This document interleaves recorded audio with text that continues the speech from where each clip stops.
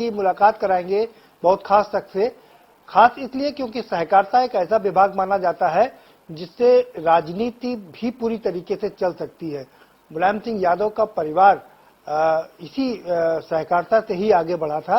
1977 में पहली बार मुलायम सिंह यादव जब मंत्री बने थे तो वो सहकारिता मंत्री ही बने थे। और आज हमारे साथ में भारतीय जनता पार्टी के सहकारिता मंत्री मुकुट बिहारी वर्मा जी हैं। बहुत स्वागत है सर आपका। बड़ा लंबा इतिहास रहा है सहकारिता का। सहकारिता एक और जहां खेती, किसानी और दूसरे लोगों को मदद करती है तो राजनीति में भी काफी मदद करती है लोगों को। वास्तव में सहकारिता तो एक आंदोलन है और जब कोई आंदोलन होता है तो उसके पीछे कोई निमित्त होता है और बड़े सख्त भाव से उसमें लगा जाता है। वास्तव में किसानों को जो गांव के इस प्रकार के कर्ज देने वाले लोग थे, जो कर्ज देते थे और इतना वसूलते थे कि किसान तबाह हो जाता था, जमीन बेच देता था, उन सारे लोगों से छुटकारा दिलाने के लिए और साथ ही साथ किसान को उसकी हर सुविधा हम उपलब्ध करा पाएँ, सेवा कर पाएँ, इन सारे निमित्त से ये सहकारिता आंदोलन शुरू हुआ।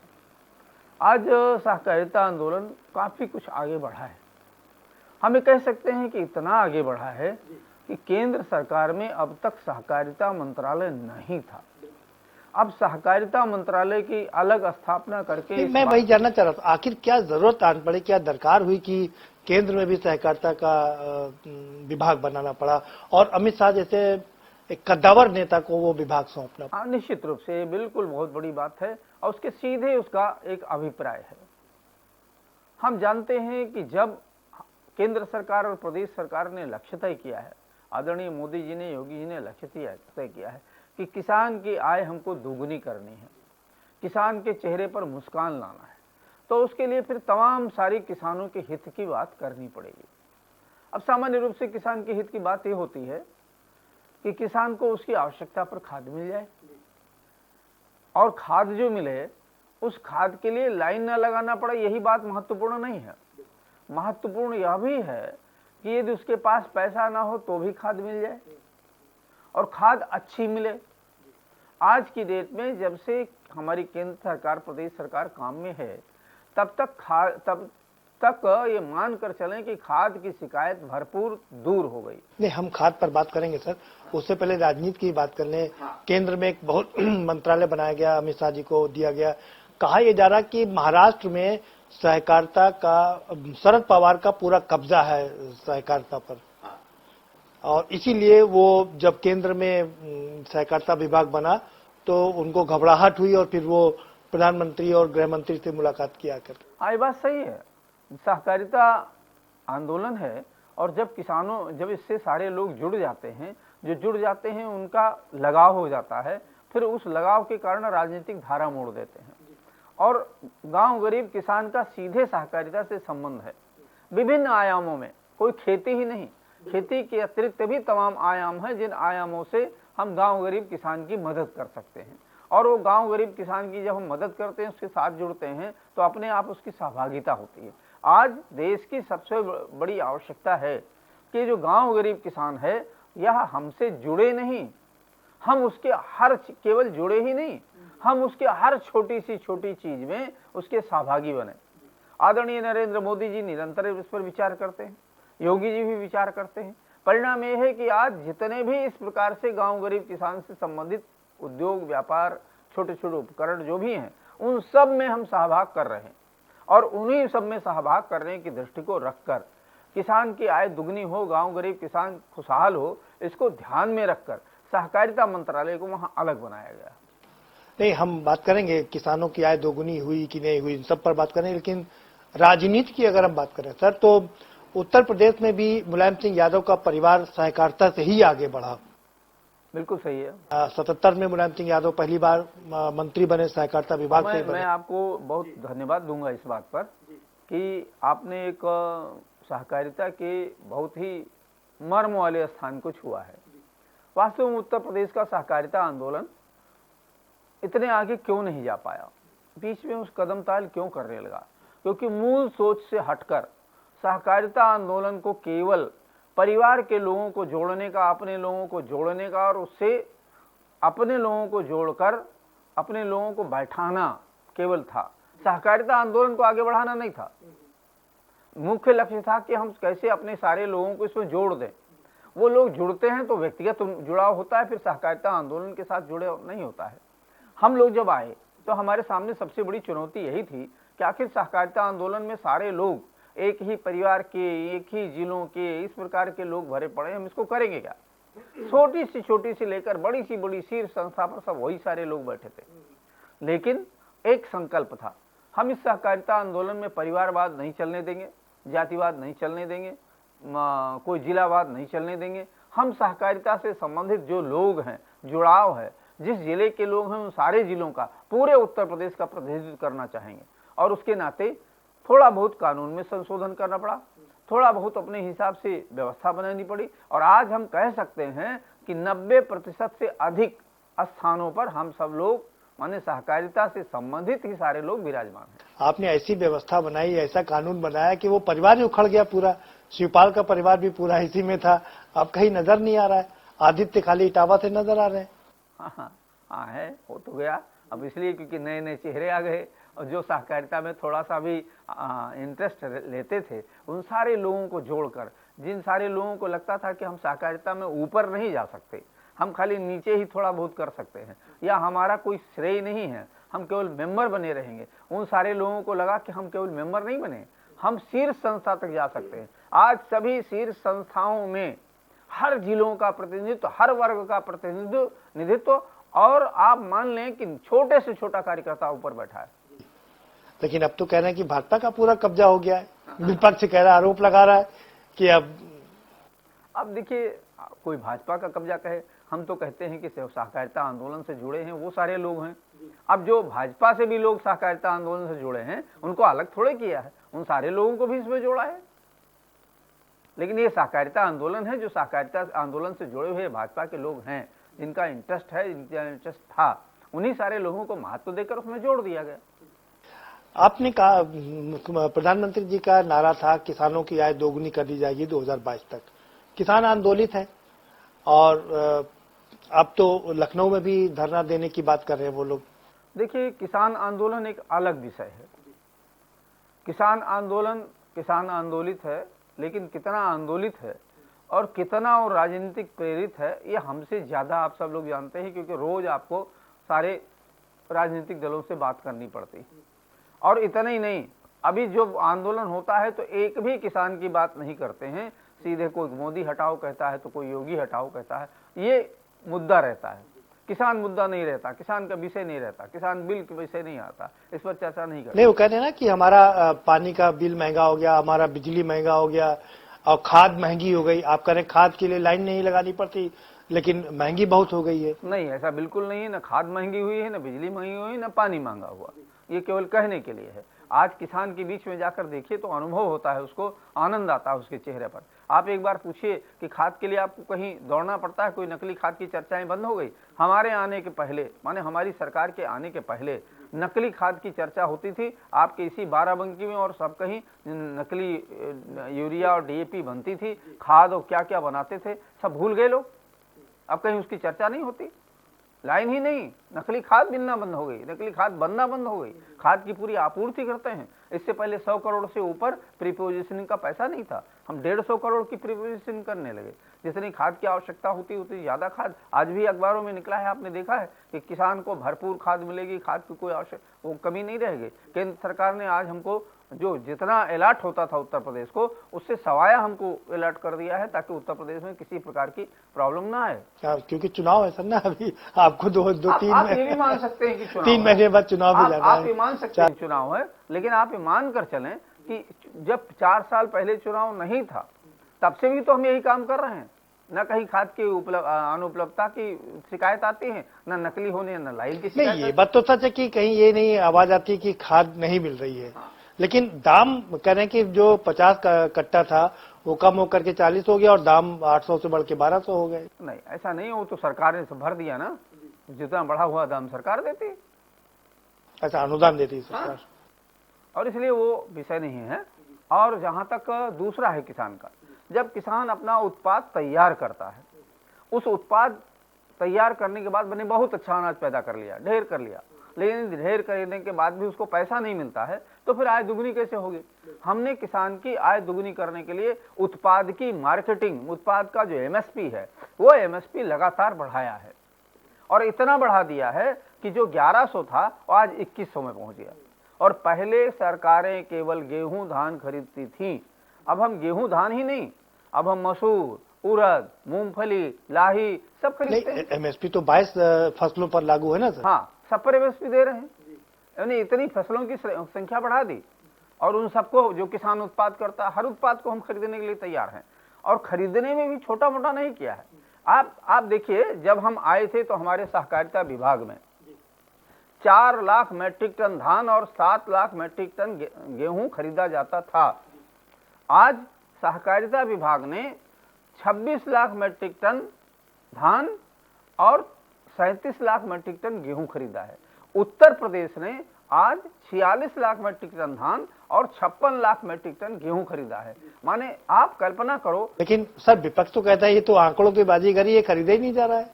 अरे आंकड़ों की बाजीगरी देख लें, उसमें देख लें ना, पता कर लें, सब कहीं सब है, किसान के खाते में पैसा जा रहा है। अब कहने के लिए तो अपनी जबान है, कह दिए आंकड़ों की बाजीगरी है और क्या है, लेकिन ये बोलते हैं। अभी आपने देखा ना, कोरोना जैसी महामारी में भी कहीं एक दाने की कहीं अनाज के लिए या मरी हुई या कोई भूखमरी की कहीं शिकायत नहीं मिली, सब कहीं यही सारा अनाज भरा पड़ा था। भूखमरी की शिकायत तो सर तब से नहीं मिली ना, जब से सुप्रीम कोर्ट ने कह दिया कि अगर कभी भूखमरी से कोई मरा तो डीएम जिम्मेदार होगा। उसके बाद से कितनी सरकारें आई गई, कोई आदमी भूख से आज तक मरा ही नहीं। नहीं, सवाल इसका नहीं है, सवाल ये है कि हमने इतने दिनों में जो भंडारण, आप गांव से संबंध रखते हैं, आपने देखा होगा कि गांव में कितना गल्ला बांटा गया, कितना बांटा जा रहा है, और इतनी है कि आज भी अखबारों में निकला था कि इतने ऐसे लोग जो अपात्र थे उन्होंने भी इतना ले लिया, राशन लेकर के बेच दिया। मतलब ये है कि हमने खूब खुली छूट, राशन बांटने में कोई कंजूसी नहीं की। इस बात में कोई शक नहीं, लोगों को राशन खूब मिला। हाँ, और ये कब दे पाए हैं? जब हमारे पास था।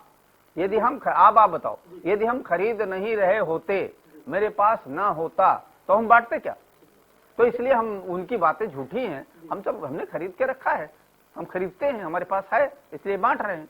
लेकिन सर खरीद तो लिया जाता है, आपके पास भंडारण भी है, लेकिन भंडारण की वो क्षमता नहीं है। अरे भंडारण की क्षमता तो पानी में भीग जाता है। भंडारण नहीं, पानी भीग जाता है, कहानी हो गई।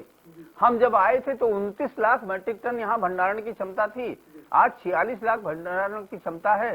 कोरोना काल के बावजूद 5000 मैट्रिक टन के 34 गोदामों का लोकार्पण माननीय योगी जी ने अभी किया है अगले उसमें, और 74 गोदामों का जो 100 मैट्रिक टन के, जो 500 मैट्रिक टन के हैं, उनका हमने अभी लोकार्पण किया है, और 259 का मैं इसी 30 अक्टूबर को करने जा रहा हूं। माने लगातार हमारा लक्ष्य है हर हालत में हम इसको 50-55 लाख मैट्रिक टन की क्षमता पहुंचा देंगे। आज 46 लाख मैट्रिक टन से ऊपर तो हमारी है। नहीं, ये वेयर हाउसेस आपके सरकार के होंगे या किसी प्राइवेट कंपनी? हमारे होंगे। अभी तक जो बताए ये आरोप ये भी लगते ना सर कि प्राइवेट कंपनियों को दे दिया जा रहा है, जिससे नहीं, ये अभी तो हम आपको सरकारी आंकड़ा बता रहे हैं। प्राइवेट को भी दिया जा रहा है भंडारण के लिए, और उनको कहा जा रहा है आप भंडारण बनाओ, आपके भंडारण को हमारा एफसीआई उसमें किराए पर लेगा, तो हम यदि उनका बनेगा तो हम अपना बनाना बंद करके उसमें करेंगे। भाई हमारा तो पैसा लगता है, हम जमीन करते हैं, हम पैसा नवाड से उठाते हैं, उनके पास पैसा हो लगा देंगे, तो वही किराया हम उनको देंगे। और खरीदा हुआ सामान नहीं, यदि किसान अपना भी रखना चाहेगा तो उसका भी 30% गोदाम में हम उसके लिए सुरक्षित रखते हैं, और जितना दूसरे से मूल्य लेते हैं उससे 30% कम लेते हैं, और जब जो सामान रखता है उसकी रसीद देते हैं, जो उस समय लागत मूल्य होता है उसको आंक देते हैं, और तय करते हैं कि तुमको इस समय पैसे का आवश्यकता हो, किसी बैंक में जाकर ले लो, और हम जब आप बेचिएगा तब दे दीजिएगा। सर वक्त एक ब्रेक का हो चला है, छोटा सा ब्रेक लेंगे, और आप अपना स्क्रीन छोड़ करके कहीं मत जाइए, क्योंकि तमाम सवाल हैं। क्योंकि सर कह रहे हैं कि अब हमने जो लोन दे रहे हैं, जो जिला सहकारी बैंक लोन देते हैं, कोऑपरेटिव बैंक लोन देते हैं, उसकी वजह से साहूकार को वो पनप नहीं पाते, लेकिन साहूकार अभी भी लोन दे रहे हैं, किसान उनसे लोन लेने पर मजबूर हो रहे हैं। और कोऑपरेटिव में क्या किया है, बैंकों का विलय होना है, इन सब बातों पर चर्चा जारी रखेंगे एक छोटे से ब्रेक के बाद।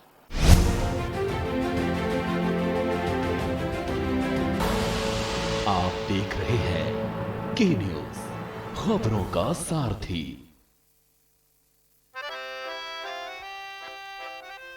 डैडी को पसंद क्लासिकल गाना और बेटा यमला पगला दीवाना। दोनों के अलग है रंग, पर दोनों का एक अनोखा स्वाद। कमला पसंद, अनोखा स्वाद।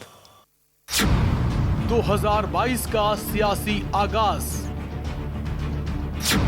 किसके सिर सजेगा ताज? कौन होगा सूबे का अगला सरताज? समर अभी शेष है।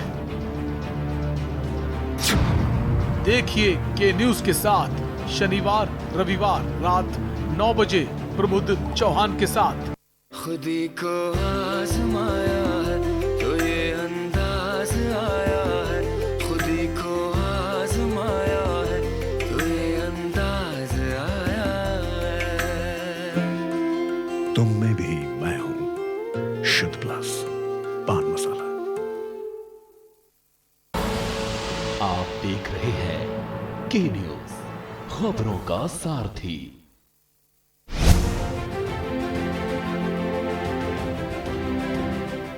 ब्रेक के बाद आपका स्वागत है। सर, आपने कहा कि बैंक लोन दे रहे हैं, कहा जा रहा है कि वसूली तो हो रही है लेकिन बैंक लोन नहीं दे रहे हैं।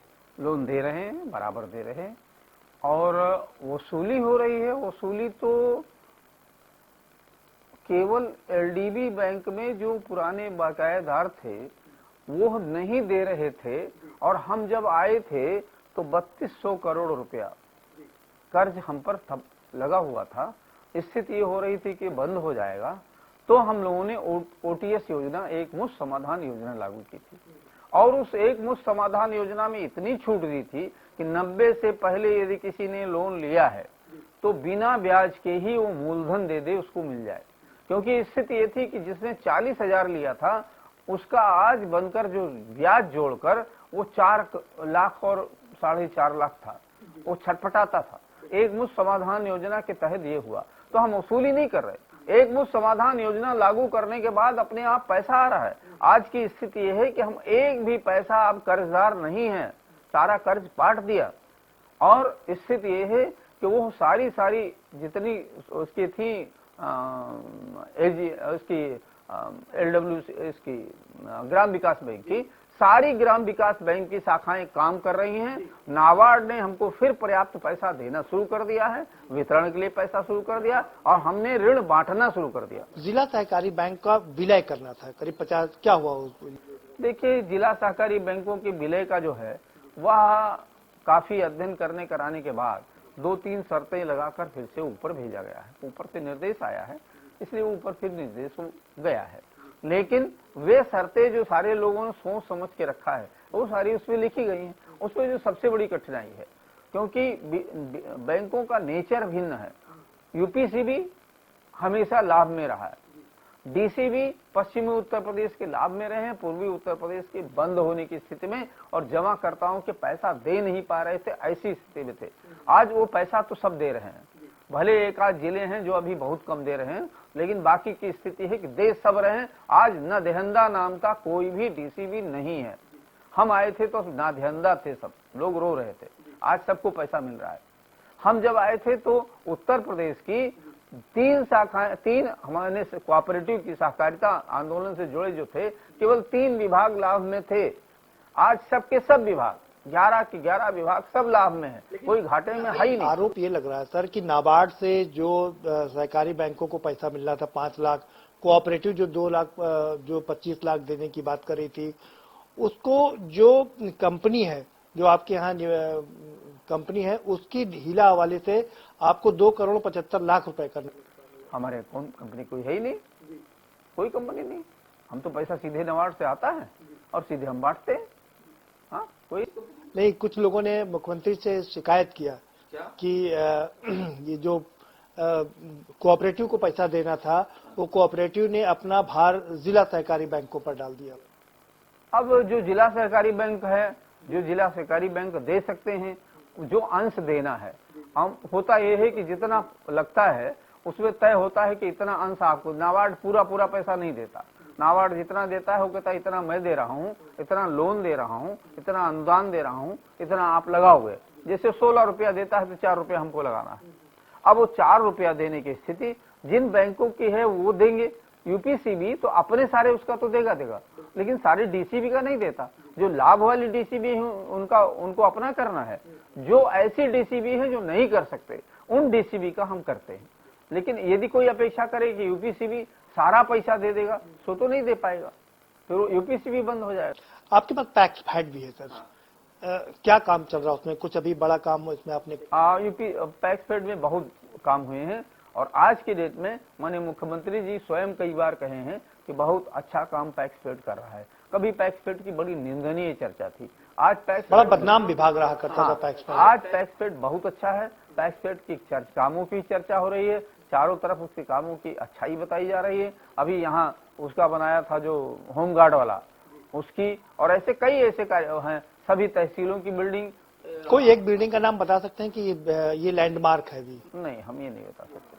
अब यही जोड़ नहीं हो तो ये होमगार्ड का ऑफिस बना है लखनऊ में, माननीय मुख्यमंत्री जी ने उद्घाटन किया था, मैं भी वो लोकार्पण किया था, मैं भी गया था, काफी उसकी प्रशंसा किया, बहुत अच्छा बना है।